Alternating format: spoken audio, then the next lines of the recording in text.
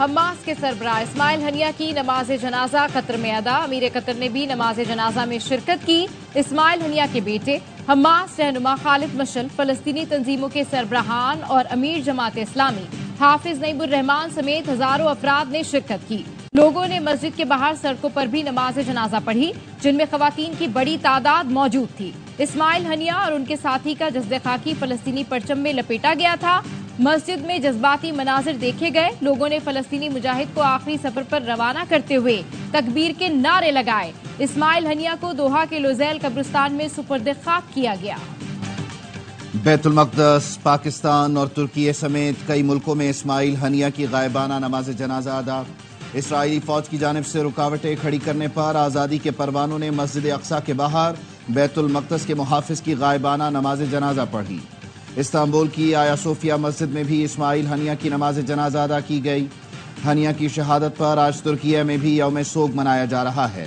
اسماعیل ہنیہ کی بیٹی خولہ ہنیہ نے کہا، والد کو شہید کرنے والے قیامت تک پچھتائیں گے۔ اسرائیل میرے والد کی شہادت پر جشن نہیں منا سکے گا۔ اسماعیل ہنیہ شہید کے قتل کی شدید مذمت کرتے ہوئے شہید کے اہل خانہ فلسطینی عوام کے ساتھ تعزیت کرتے ہیں۔ فلسطینی بہنوں اور بھائیوں کے ساتھ بھرپور اظہار یکجہتی کے لیے یہاں جمع ہیں۔ فلسطین آج ایک مقتل گاہ بن چکی ہے۔ صہیونی ریاست 9 ماہ سے قتل عام کر رہی ہے۔ 40,000 سے زائد فلسطینی شہید کیے جا چکے ہیں۔ اسماعیل ہنیہ کا قتل قومی اسمبلی میں مذمتی قرارداد منظور۔ وزیر اعظم شہباز شریف نے کہا، صہیونی ریاست نے 9 ماہ سے فلسطین کو مقتل بنا رکھا ہے۔ پوری دنیا کا امن اور ترقی ختم ہونے کا خدشہ ہے۔ آنکھیں بند کرنا کوئی حل نہیں۔ عالم اسلام اسماعیل ہنیہ کی شہادت پر اشک بار ہے۔ آج کی قرارداد سے دشمنوں کو تکلیف اور دوستوں کو تقویت ملے گی۔ اسماعیل ہنیہ کے قتل پر پاکستان میں آج یوم سوگ منایا جا رہا ہے۔ پارلیمنٹ کی مسجد میں اسماعیل ہنیہ کی غائبانہ نماز جنازہ، وزیر اعظم اور اپوزیشن لیڈر سمیت ارکان کی بڑی تعداد شریک ہوئی۔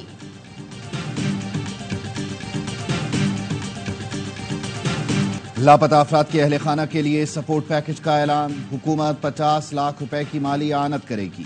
وفاقی کابینہ نے منظوری دے دی۔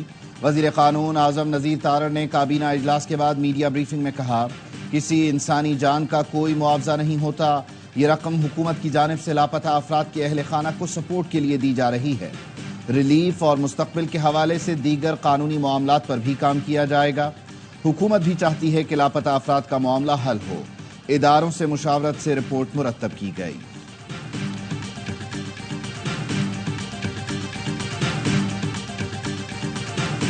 بندہ اٹھانے کے لیے ایس ایچ او کو کہا جاتا تھا، اب حکومت خود پالیسی کے مطابق یہ کرتی ہے۔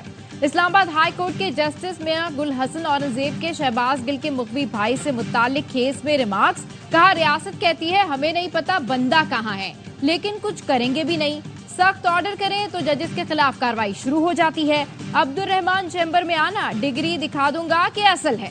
عدالت کا شہباز گل کے مغوی بھائی کو 6 اگست تک بازیاب کرا کر پیش کرنے کا حکم۔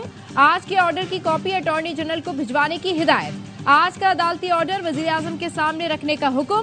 اسٹیٹ کونسل نے بتایا، اداروں کی رپورٹس کے مطابق مغوی ان کی رہاست میں نہیں۔ سماعت 6 اگست تک ملتوی۔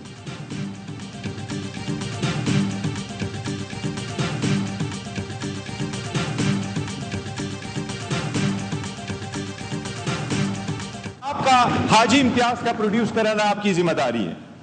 آئین نے یہ ذمہ داری آپ کے کندھوں پہ رکھی ہے۔ جبری جمشیدیاں ختم ہو۔ آنریبل ممبر کی انہوں نے ابھی بات کی ہے، میں ضرور اس کو میں چیک کروں گا اور میں آپ کی خدمت میں پیش کروں گا۔ Chairman P T I barrister Gohar نے ایم این اے حاجی امتیاز کی گمشدگی کا معاملہ قومی اسمبلی میں اٹھا دیا۔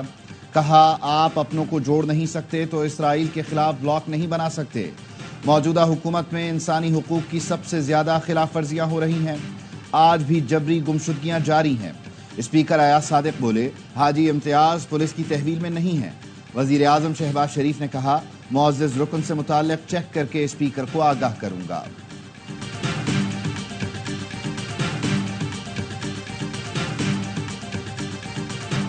آئی پی پیز کو بہت منافع مل چکا، وزیر اعظم کو بھی خیال آ گیا۔ کابینہ اجلاس میں کہا، آئی پی پیز پر سرمایہ کاری کا فائدہ اٹھایا جا چکا، کیپیسٹی ادائیگی پر جلد فارمولہ طے پا جائے گا۔